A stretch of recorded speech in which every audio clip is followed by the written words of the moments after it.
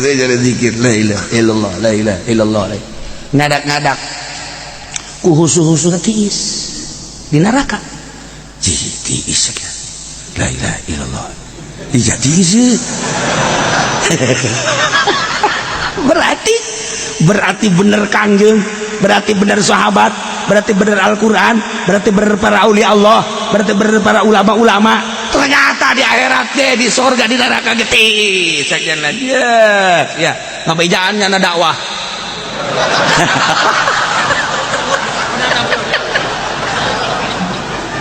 Saudara-saudara ahli neraka seperjuangan,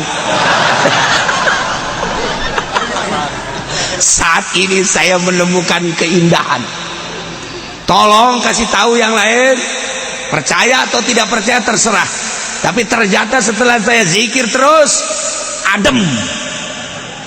Sekali neraka mana iya sih.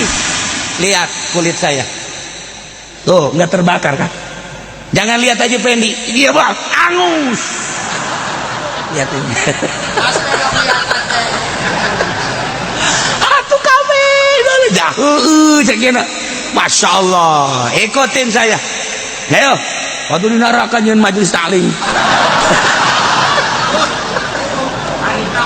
Majelis zikir.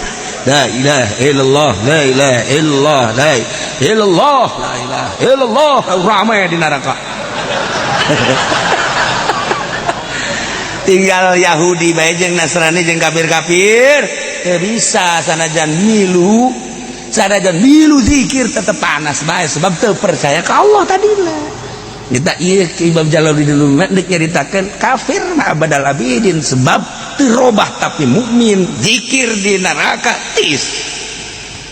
Terus ramai kan di neraka teh tuh. Jalalikin. Malaikat Malik gandeng.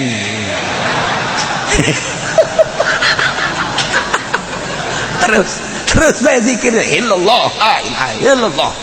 Ya otomatis kan aya bukuna anu kudu 10 tahun, anu kudu 15 tahun, 20 tahun, 100 tahun. Otomatis keluarkeun ini kamu udah harus keluar ke surga. Mualah. Keluar ke di surga mu. Cak balikan balik surga ieu. Henteu cekin. Kok bisa tuh? Ya atuh ka surga kan maksudnya supaya tiis, atuh digeus tiis. Masyaallah cak balikan balik jadi kos kieu.